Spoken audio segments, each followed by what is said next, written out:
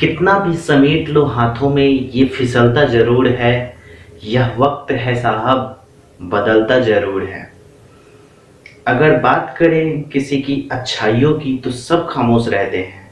अगर किसी की अच्छाइयों की बात करें तो सब खामोश रहते हैं। बात अगर बुराइयों की हो तो गूंगे भी बोल पड़ते हैं। तो दोस्तों, आज हम क्लास 10th के केमिस्ट्री के वीडियो पे, ये मेरा पहला वीडियो है केमिस्ट्री का क्लास 10th का इस साल का, जो कि मैं स्टार्ट करने जा रहा हूँ। तो ये आपके लिए काफ़ी इम्पोर्टेंट रहेगा।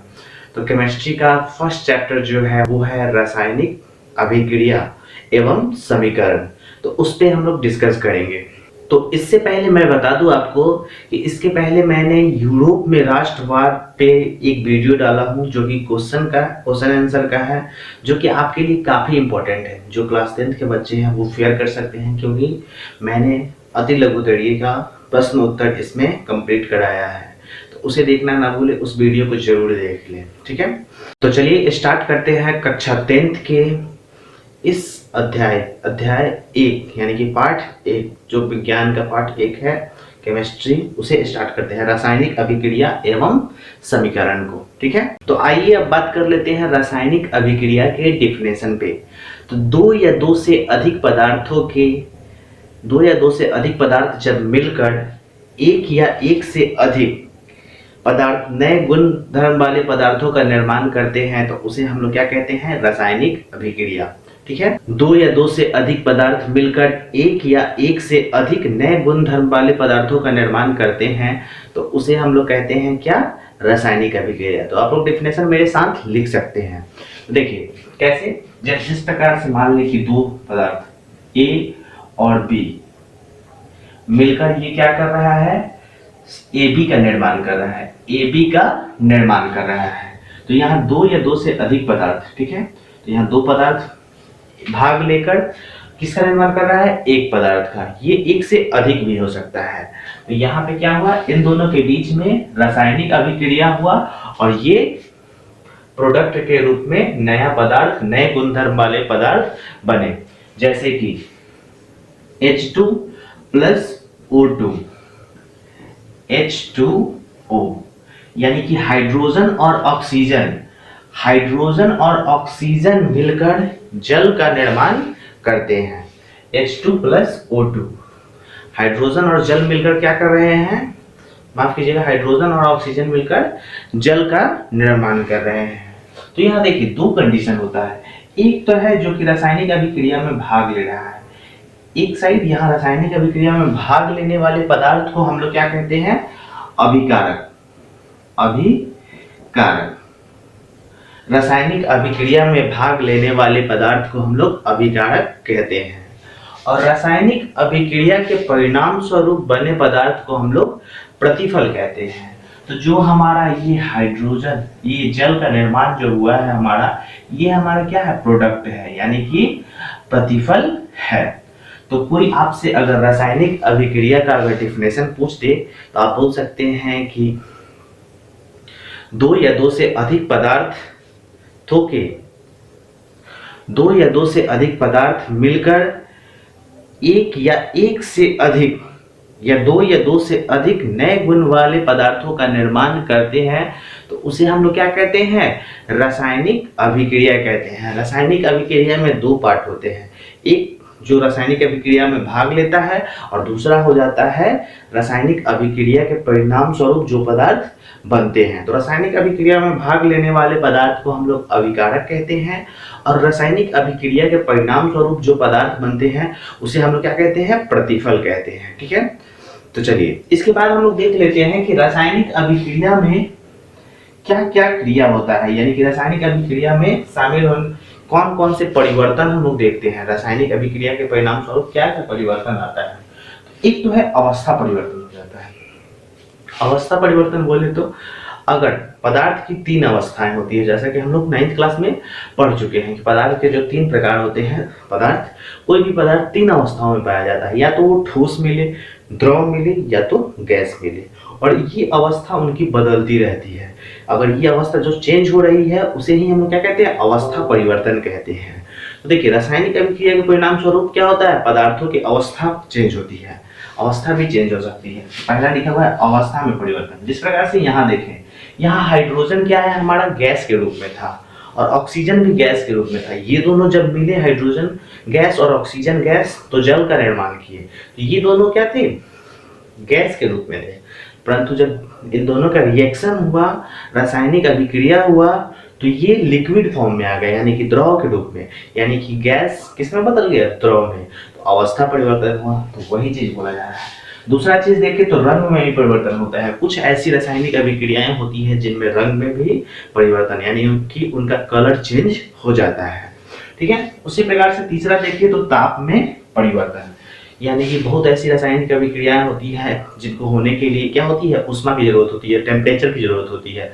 परंतु रासायनिक अभिक्रिया हो जाने के बाद काफी वो ठंडा हो जाती है, यानी कि वो हीट उसमें नहीं देखा जाता है। और कुछ ऐसी रासायनिक अभिक्रिया होती है जिनको ऊष्मा की आवश्यकता नहीं होती है, टेम्परेचर की आवश्यकता नहीं होती है, परंतु रिएक्शन होने के बाद में ऊर्जा या ऊष्मा उत्पन्न होता है। तो उसे हम लोग देखेंगे आगे चल के रासायनिक अभिक्रिया के प्रकार ताप या ऊर्जा के आधार पे ऊष्माक्षेपी और ऊष्माशोषी में। ठीक है, तो इसमें क्या होता है, ताप में भी परिवर्तन होता है, यानी कि ताप में वृद्धि भी होता है और कमी भी होता है।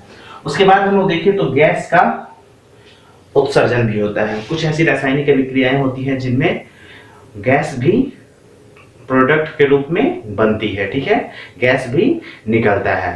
तो ये होता है रासायनिक अभिक्रियाओं के परिणाम स्वरूप। ठीक है, अवस्था में परिवर्तन, रंग में भी परिवर्तन हो सकता है, ताप में भी परिवर्तन हो सकता है और गैस में भी परिवर्तन हो सकता है, जैसा कि आप लोग स्क्रीन पे देख सकते हैं। ये रासायनिक अभिक्रियाओं में शामिल कौन कौन से होते हैं, अवस्था में परिवर्तन होता है, उसके बाद हम लोग देखें तो रंग में परिवर्तन होता है, ताप में परिवर्तन होता है और गैस का उत्सर्जन होता है। तो आप लोग इसका स्क्रीनशॉट अगर लेना चाहे तो ले सकते हैं, जैसे कि आप लोग देख रहे हैं। इसके बाद हम लोग नेक्स्ट बात करते हैं। यहाँ आप लोग स्क्रीन पे अभिकारक और प्रतिफल का भी देख सकते हैं डेफिनेशन, और अगर इसके साथ अगर स्क्रीनशॉट अगर लेना चाहें तो आप लोग ले सकते हैं। अभिकारक किसे कहते हैं, एक बार यहाँ देख लें। H2 प्लस O2 ये अभिकारक का काम कर रहा है, और यहाँ पे जल यानी कि जल का निर्माण हुआ, ये प्रतिफल का काम कर रहा है। तो अभिकारक और प्रतिफल का डेफिनेशन कुछ इस प्रकार से है जो कि स्क्रीन पे है। आप लोग इसका स्क्रीनशॉट ले लें और साथ साथ में फेयर कॉपी करते चलें।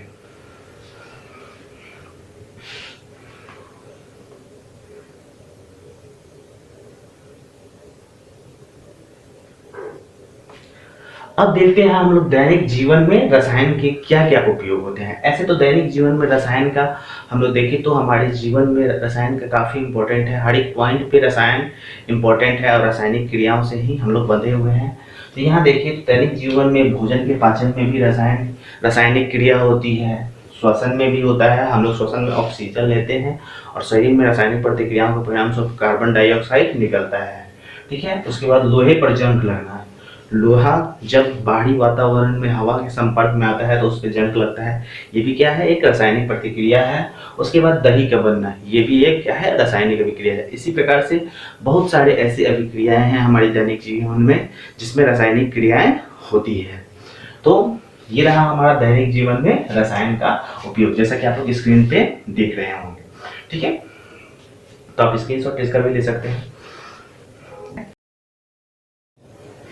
चलिए तो अब देख लेते हैं डिफिनेशन, रासायनिक समीकरण क्या होता है, और इसी के साथ हम लोग वीडियो को खत्म करेंगे। ठीक है, तो उम्मीद करूंगा कि छोटा छोटा वीडियो है, आप पूरा कंप्लीट इसे देखेंगे। तो देखते हैं रासायनिक समीकरण किसे कहते हैं।